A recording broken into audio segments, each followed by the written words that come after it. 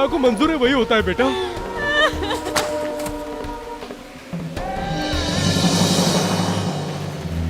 जनाब जरा जल्दी कीजिए, हमें कुरान खानी करनी है और कब्र की मरम्मत भी करनी है। देखिए साहब, पत्थर तो कब्र पर आप कल ही चढ़ा सकते हैं, आज देख रहे हैं ना, नामुमकिन है ये। भला ऐसा क्यों?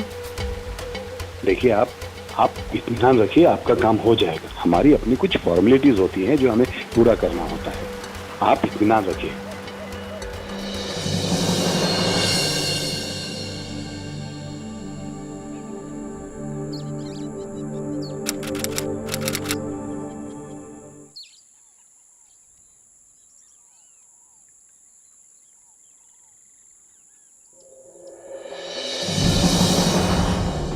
बेटा कल तो हमने मट्टी अच्छे से डाली थी, लेकिन आज ये खुदरी क्यों है?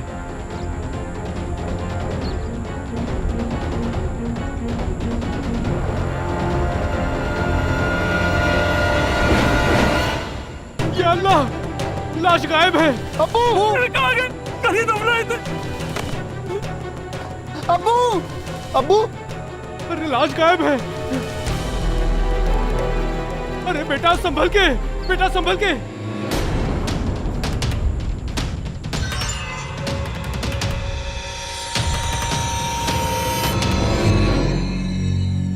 रजिया आपा, अब्बू की मैयत नहीं है वहां पर। क्या? नमस्कार, सावधान इंडिया, इंडिया फाइट्स बैक में मैं पूजा गौर आपका स्वागत करती हूँ। आज हम आपको मुंबई की एक घटना दिखाने जा रहे हैं जिस पर शायद आपके लिए यकीन कर पाना मुश्किल हो। रजिया के पिता की लाश उनके कफन दफन के अगले ही दिन गायब हो गई थी। उस बुजुर्ग की मौत से उनका परिवार पहले ही सदमे में था और ऐसे में उन्हें एक और सदमा लगा था। आखिर उस लाश के गायब होने का क्या राज था और एक दफनाए गए मुर्दे से किसी को क्या हासिल हो सकता है? आइए जानते हैं।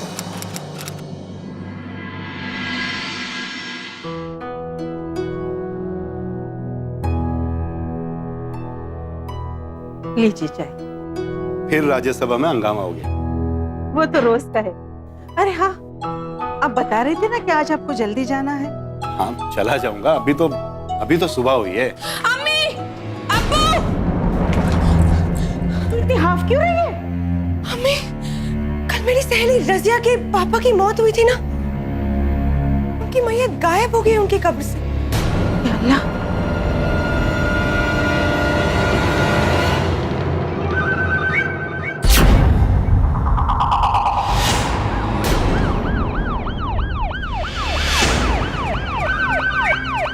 बस बस रोक दो।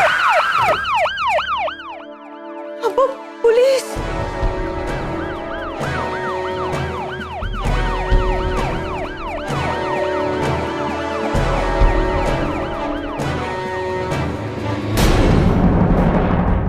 सिद्दीकी जी, आपके कब्रिस्तान से इनके पिताजी की लाश गायब हुई है और इन लोगों का यह कहना है कि इनके जाने के बाद सिर्फ आप ही वहां पर थे, इसलिए आपको हमारे साथ पुलिस स्टेशन चलना होगा। देखिए इंस्पेक्टर साहब, इन लोगों को कुछ गलतफहमी हुई। मैं कब्रिस्तान की देखभाल करता हूँ, कब्रों को खोद कर नहीं देखता। इनके घर की तलाशी लीजिए इंस्पेक्टर साहब, सब पता चल जाएगा। अरे ये क्या कह रहा है तेरा भाई? सना, मेरे अब्बू की लाश गायब हुई है। वहाँ मेरे अब्बू की लाश और तेरे अब्बू के अलावा और कोई भी नहीं था। ये लड़की, क्या वाहियात बातें किए जा रही तू? तेरे कहने का क्या मतलब है कि मेरे शौहर ने तेरी अब्बू की लाश को? हाँ, हमें पूरा यकीन है। इंस्पेक्टर साहब, अब तलाशी लीजिए। खबरदार, तलाशी लेने की कोई जरूरत नहीं। तुम लोगों को क्या लगता है कि हम यहाँ लाशें छुपाते हैं? दिमाग क्या घास चढ़ने गया तुम्हारा? रजिया, तू तो समझदार है, मेरे भाई को समझाना। देख सना, हमें तसल्ली कर लेने दे प्लीज, वो मेरे अब्बू है क्या? चलिए इंस्पेक्टर साहब, वक्त जाया मत कीजिए, आप जल्दी से तलाशी लीजिए। कहाँ घुसी चली जा रही है? पीछे चल, जहाँ पहले वारंट लेके आ, उसके बाद अंदर घुसना। चल। पीछे हट। पीछे हट। ये ऐसे नहीं मानेगा। पुलिस वाले पे हाथ उठाता है। ले चलो इसे। इसको भी ले लो। चलो। चल गया उधर। चलो। क्या कर रहे हैं आप? अब्बू! रजिया, तुम क्या कर रही हो? वो मेरे अब्बू है। तुम्हें कोई गलतफहमी हुई है? ऐसा कुछ भी नहीं हुआ। तुम समझ रही नहीं हो? मेरे अब्बू थे जिनकी लाश गायब हुई है। अरे इंस्पेक्टर साहब, अब्बू! अरे इंस्पेक्टर साहब छोड़ दीजिए, इन्होंने कुछ नहीं किया। बेटा देखो, उन्होंने कुछ नहीं किया। आपने इन दोनों को अंदर क्यों बंद करके रखा है? इनका कसूर क्या है? ये तो गलत है ना? हम अपनी इंक्वायरी कर रहे हैं, अगर वो बेकसूर होंगे तो उन्हें छोड़ दिया जाएगा। कैसी इंक्वायरी इंस्पेक्टर साहब? इंक्वायरी के नाम पर आप जुल्म कर रहे हैं उनके साथ। वो दोनों बेकसूर हैं। मुझे एक बात बताइए, अगर आके कहता है कि उसके रिश्तेदार की लाश गायब हो गई है, तो क्या आप मेरे शौहर को और बेटे को अंदर कर दोगे, उन्हें गिरफ्तार करोगे? आपके पास सबूत क्या है, बताइए मुझे आप। देखिए, हमने उन्हें पुलिस की कार्रवाई में दखलंदाजी देने और पुलिस पर हाथ उठाने के जुर्म में अंदर किया है। लेकिन इंस्पेक्टर साहब उस वक्त तो हाँ बेटा। इंस्पेक्टर साहब, ये जमानत के कागज। ये लड़की कहाँ जा रही है? जादव। जी सर। बाहर काटा देना।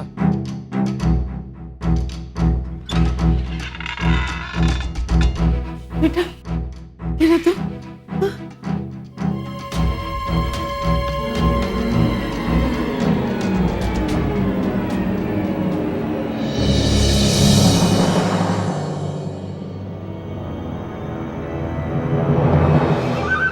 अपने आपको समझते क्या है ये लोग?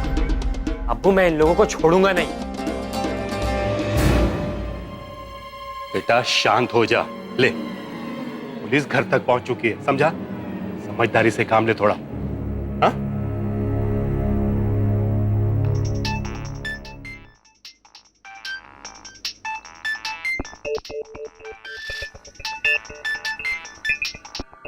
हाँ बोल।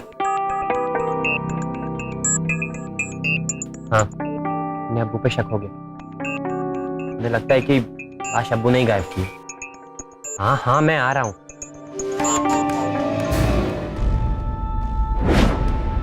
क्या चक्कर है? किससे बात कर रहे हो तुम? पुलिस को अब्बू पे क्यों शक होगा? क्या बात कर रहे हो, कुछ बताओगे मुझे?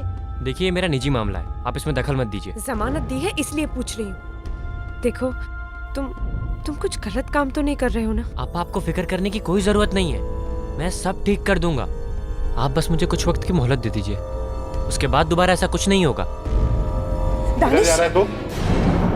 और जो काम मैंने तुझे दिया था उसका क्या? उसी के लिए जा रहा था अब्बू, लेकिन आप हैं कि खामखा सवाल कर रही हैं। अच्छा, एक बेटा, मर्दों के बीच नहीं बोला करते हैं।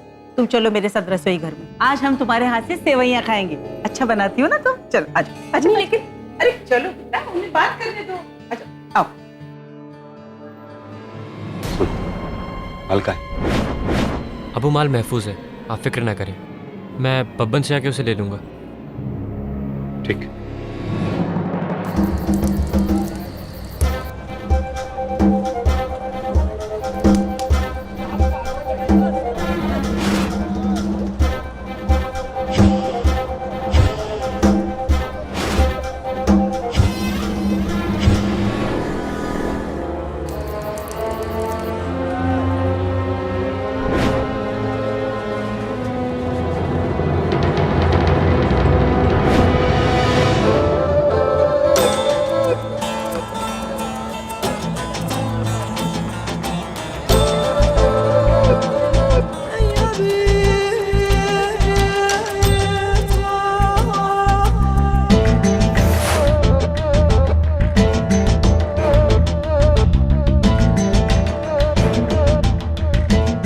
ताजा है ना?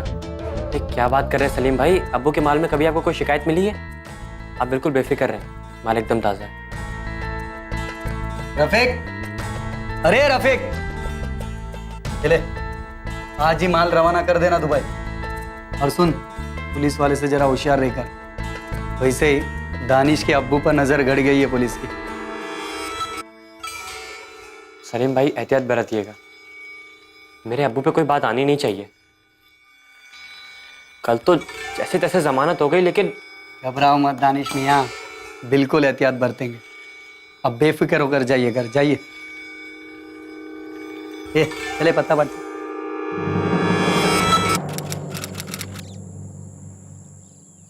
पता नहीं अब्बू की मैयत कहाँ होगी। इन जालिमों ने इनको भी नहीं बख्शा।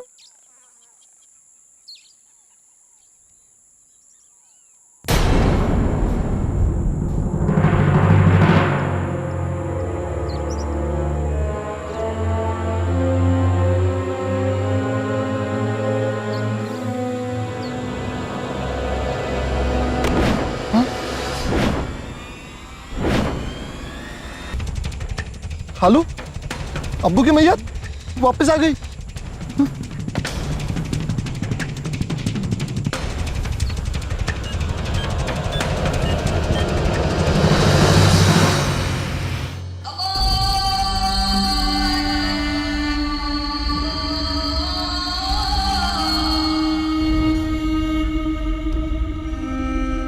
कहाँ चला गया था?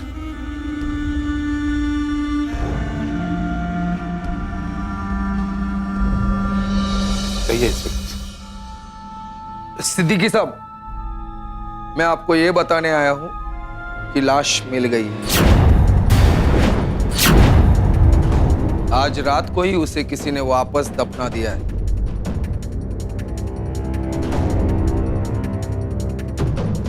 शुक्र अल्हम्दुलिल्लाह। लेकिन आप घबराइए नहीं, मैं ये पता लगा कर रहूंगा कि लाश गायब कैसे हुई।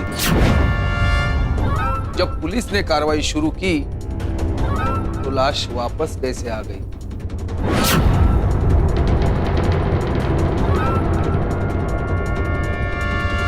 इस कब्रिस्तान में बहुत ही अजीब सा घटनाक्रम चल रहा था। ये सारी बातें इस ओर इशारा कर रही थी कि सिद्दीकी, जो कि इस कब्रिस्तान का केयरटेकर था, कहीं ना कहीं इस कांड से जुड़ा हुआ था।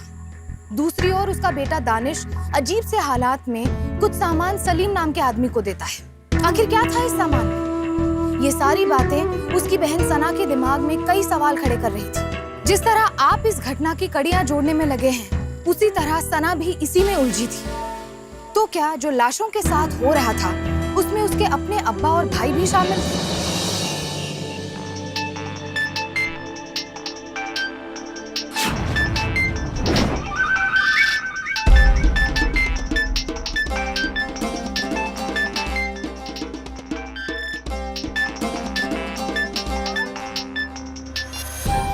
हाँ हेलो सलीम भाई, इतनी रात गए फोन किया, सब कुछ खैरियत तो है ना?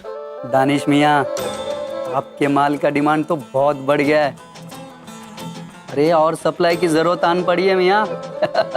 और करवा सकते हो क्या? इस वक्त तो मुझे कोई अंदाजा नहीं है, और इस वक्त इस बारे में वैसे भी अब्बू ही बता पाएंगे, क्योंकि सारा हिसाब किताब वही रखते हैं। आप एक काम करिए, मैं आपको कुछ वक्त में फोन करता हूँ।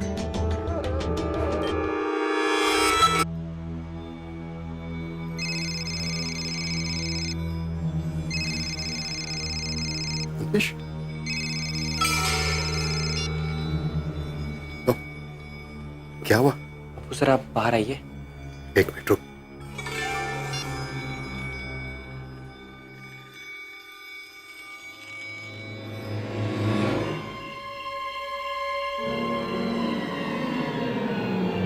क्या हुआ?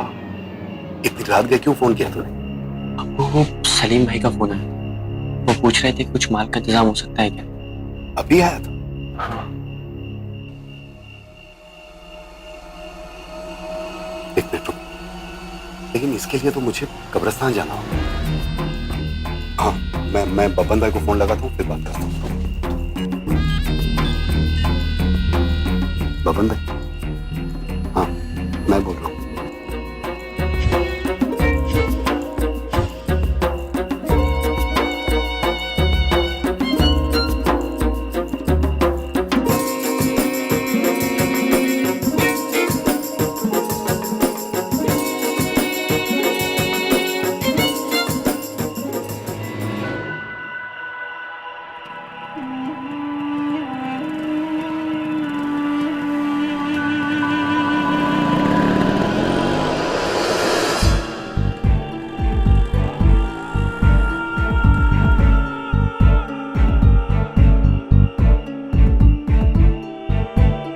ये लोग इस वक्त कहाँ जा रहे हैं?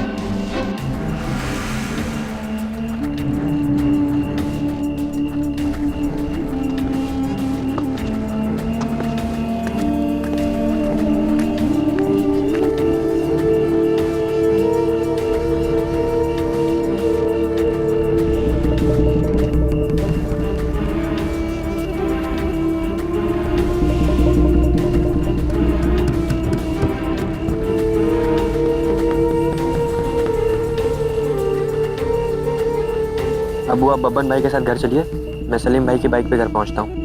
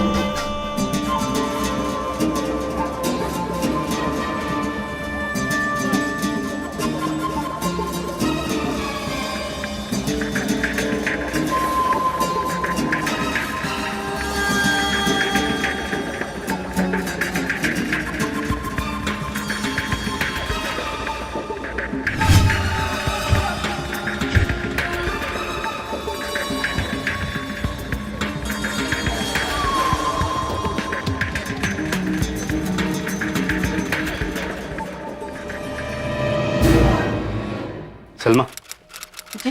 ये ले, ये फ्रीजर में रख दे। फ्रीजर में क्यों? माल ताजा है, फ्रीजर में रहेगा तो अच्छा रहेगा। कल ही इसकी डिलीवरी देनी, रख दे उसे। अब आप ये काम छोड़ क्यों नहीं देते हैं? हर वक्त खौफ के मारे जिंदगी गुजर रही है, ऊपर से कब्रिस्तान में बैठकर ऐसा नापाक काम करना। मुझे कोई शौक नहीं ये सब काम करने का, समझी? लेकिन घर का पेट कौन चलाएगा? चलाना पड़ता है, समझी ना? लाशें दफना के घर का खर्च नहीं चल सकता। जिंदा लोगों ने तो हमारा साथ दिया नहीं कभी, मरने के बाद कम से कम वो लाशें तो हमारा क्या बात कर रहे हैं आप लोग? ऐसी कौन सी कमाई है जो कब्रिस्तान से आती है? वो अरे कुछ नहीं बेटा, वो बेटा तुम्हारे अब्बू कब्रिस्तान के मैनेजर है ना, तो कमाई तो वहीं से आएगी। क्या छुपाया आपने इस फ्रिज में? कुछ नहीं बेटा, इसमें कुछ नहीं। अम्मी कुछ गलत हो रहा है इस घर में। अब्बू क्या गलत हो रहा है? आप ऐसा कौन सा काम कर रहे हैं जिसके लिए आपको रात रात भर बाहर रहना पड़ता है दानिश के साथ? ये पैकेट में क्या है जो अम्मी ने फ्रिज में रखे? दानिश कुछ खतरनाक लोगों को ये पैकेट देकर आया है। बदतमीज लड़की, जुबान संभाल कर बात कर। ये तेरे अब्बू है, इज्जत से बात कर। हेलो, किसका फोन है बेटा? सना, किसका फोन है बेटा? दानिश। क्या हुआ दानिश को? दानिश को क्या हुआ? अब्बू, दानिश का एक्सीडेंट हो गया। वो कब्रिस्तान के बगल वाले हॉस्पिटल में है। पता नहीं, चलिए।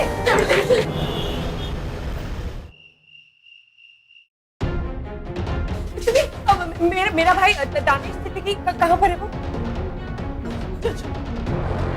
दानू, डॉक्टर साहब, डॉक्टर मेरा डॉक्टर साहब, मेरा भाई दानिश। मेरा बच्चा कैसे है डॉक्टर साहब, बताइए। I'm sorry. हम उन्हें बचा नहीं पाए। नहीं, ये हालत नहीं, मेरा बच्चा।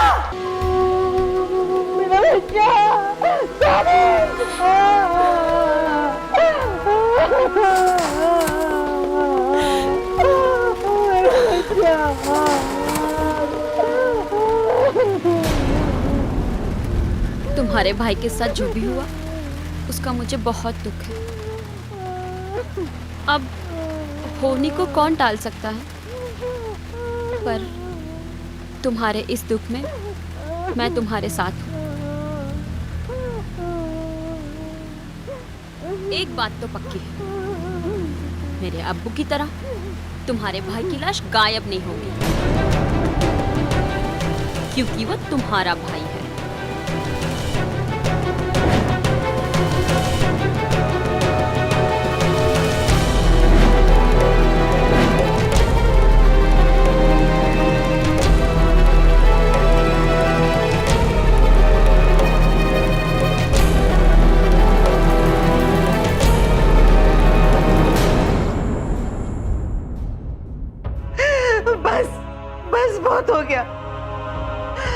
फौरन धंधा छोड़ दीजिए।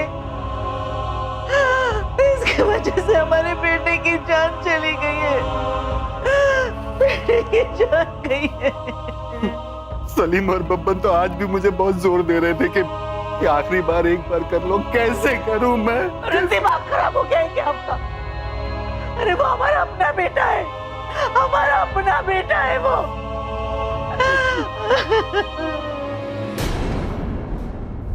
एक बात तो पक्की, मेरे अब्बू की तरह तुम्हारे भाई की लाश गायब नहीं होगी, क्योंकि वो तुम्हारा भाई है। रुक जा। क्या कर रही है तू? सबूत इकट्ठा कर रही हूँ जो मेरे भाई और ना जाने कितने बेगुनाहों को इंसाफ दिला सके। लाशों का इस तरह मिलना, उसके बाद अब्बू का ना जाने किसी से छुप कर मिलना।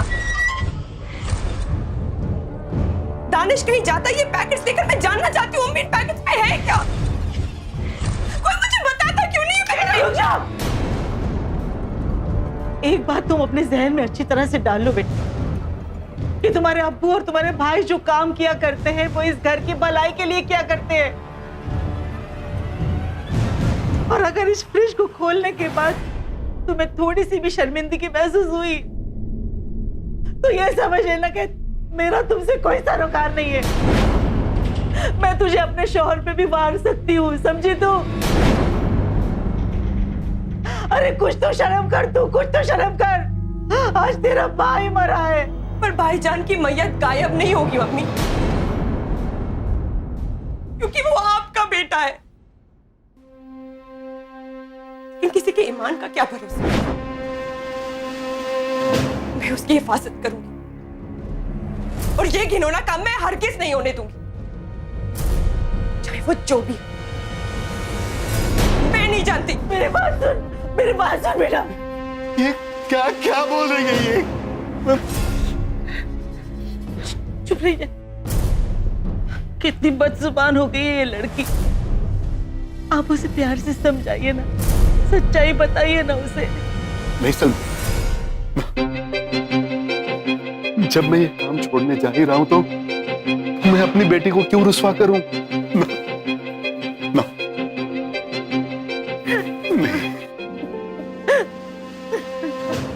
अपने भाई की मौत के बाद सना बुरी तरह से टूट गई थी। उसने जो कुछ भी देखा उससे उसके अपने परिवार पर से उसका विश्वास उठ गया था। पर क्या उसका गुस्सा, उसका शक सही था? और जिस तरह से वो अपने पिता पर इल्जाम लगा रही थी, क्या उसे साबित करने के लिए उसके पास कोई सबूत था? आखिर उस फ्रिज में क्या छुपाया गया था? कहीं सिद्दीकी सलीम और बब्बन के साथ मिलकर लाशों के साथ कोई खिलवाड़ तो नहीं कर रहा था? अब सना को अपने भाई की कब्र की फिक्र थी। अजीब बात थी, यहाँ इंसान मरने के बाद भी सुरक्षित नहीं था। लेकिन सबसे बड़ा सवाल ये था कि दफनाई गई लाश के साथ आखिर कोई क्या कर सकता है?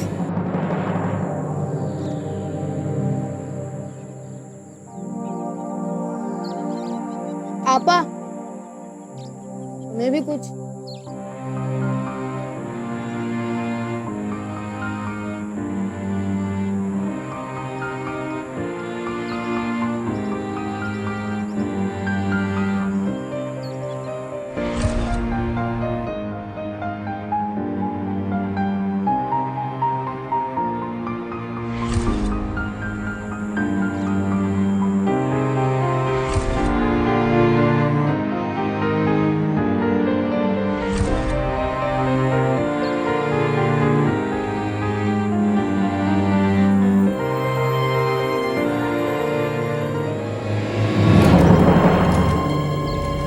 की कब्र की मिट्टी फैली हुई क्यों है?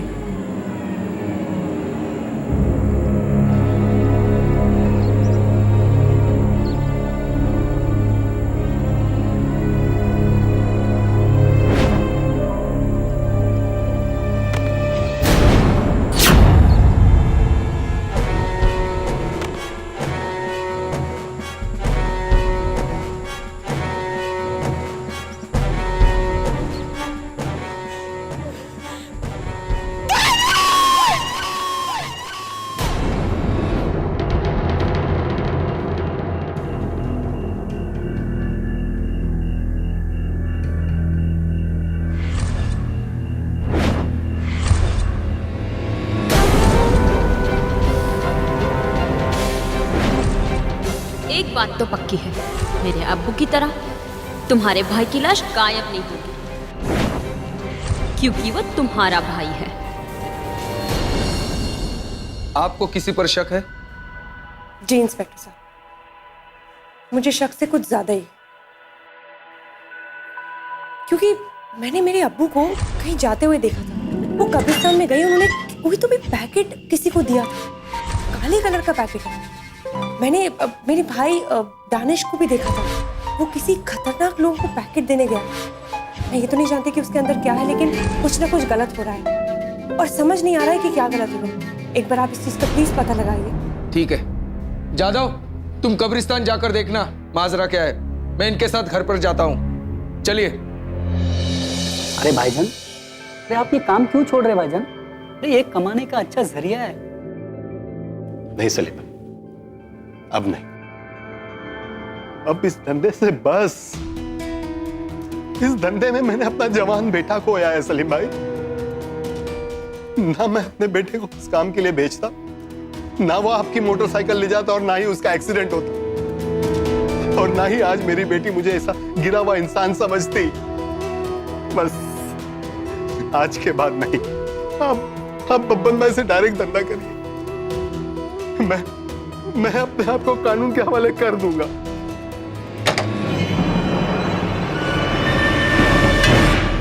क्या है इस पैकेट में? अरे कुछ नहीं सर। अभी दिखा क्या है इसमें? कुछ नहीं सकता है। अरे निकल बाहर, निकल।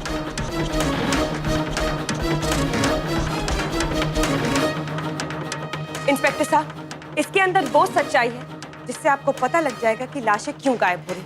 तुम्हारे कहने का मतलब कि इसमें लाशों के बॉडी पार्ट्स हैं? लाजमी है।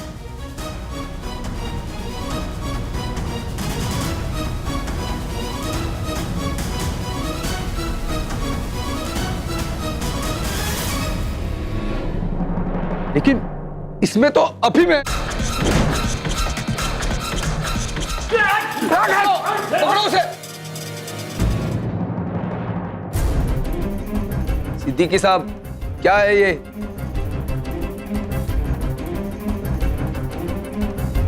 हाँ इंस्पेक्टर साहब, मैं अफीम का धंधा करता हूं।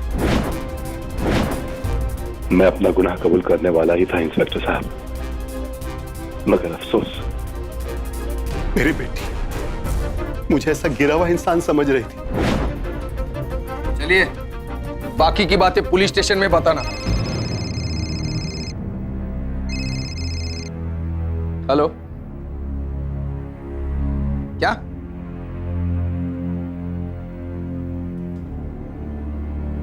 तुम्हारे भाई की लाश तो कब्रिस्तान में ही है। चलिए इंस्पेक्टर साहब।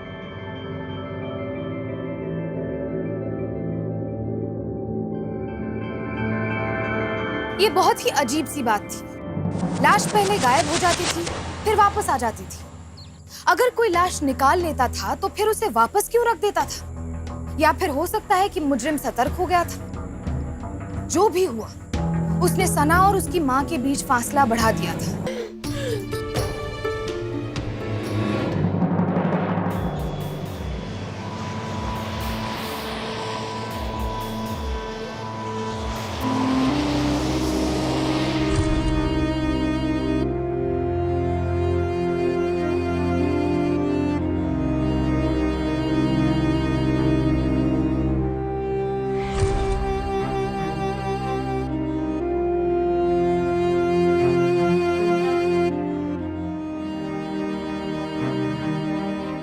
तू फिक्र मत कर सना, हम लोग पता लगा कर ही रहेंगे। चल कब्रिस्तान।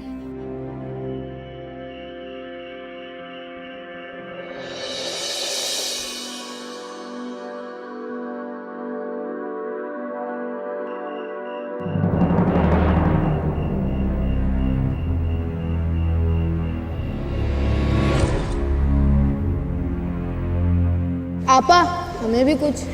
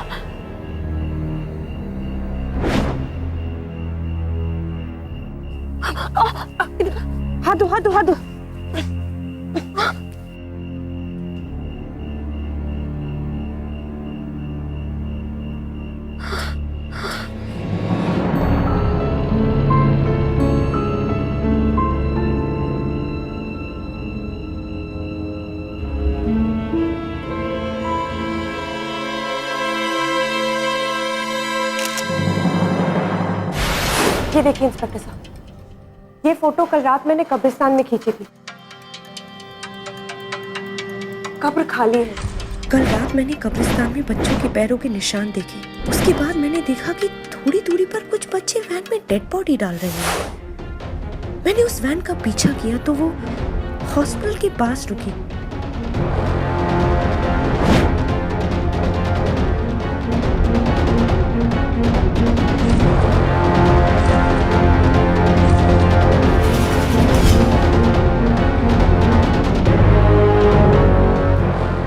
में मैंने जो देखा उसके बाद तो मेरे होश ही उड़ गए। वहाँ डॉक्टर खान डेड बॉडी को ऑपरेट कर रहे थे।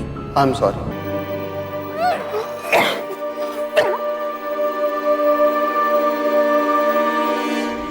लेकिन अब मुझे पूरा यकीन है कि अब तक लाश को कब्र में वापस डाल दिया गया होगा। अगर आप जो बात कर रही है वो सही है तो हमें इसे रोकना बहुत जरूरी है। आप एक काम कीजिए, आप मेरे साथ चलिए। वाघमारे, गाड़ी काढ़ा।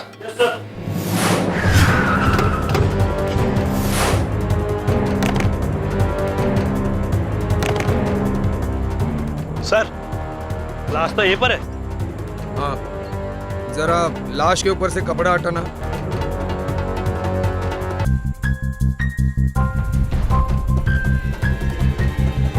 हमें आपके भाई की कब्र भी देखनी होगी।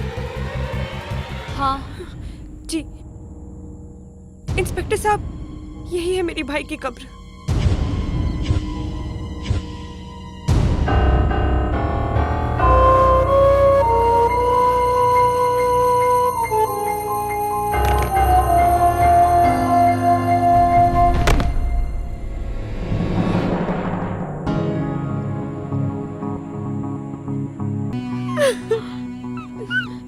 सना, सना संभालो अपने आप को।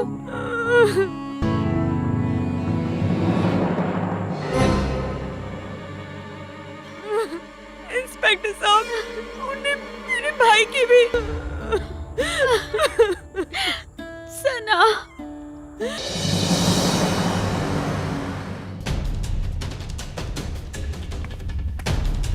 अरे इंस्पेक्टर साहब, क्या बात है?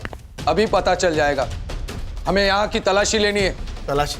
हमारे पास वारंट है और हम कुछ भी कर सकते हैं। चलो वाघमारे।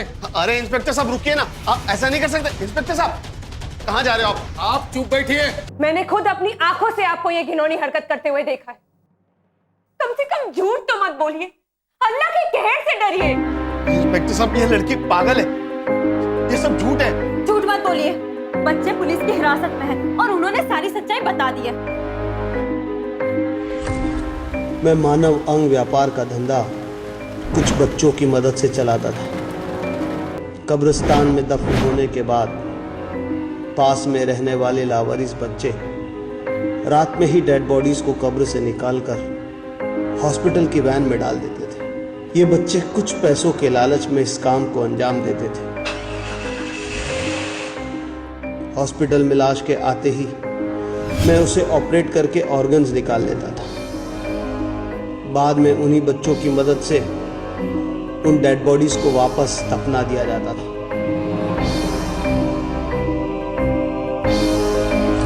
डॉक्टर साहब, अब पुलिस स्टेशन चलिए। वाघमारे, क्यों जाए ना? डॉक्टर मानवता का सेवक होता है, यहाँ तक कि उन्हें भगवान माना जाता है। लेकिन कुछ लोग अपनी लालच में गिरकर इस प्रोफेशन को बदनाम कर रहे हैं। डॉक्टर खान उन हैवानों में से हैं जो पैसों की लालच में आकर मुर्दों तक को नहीं छोड़ते।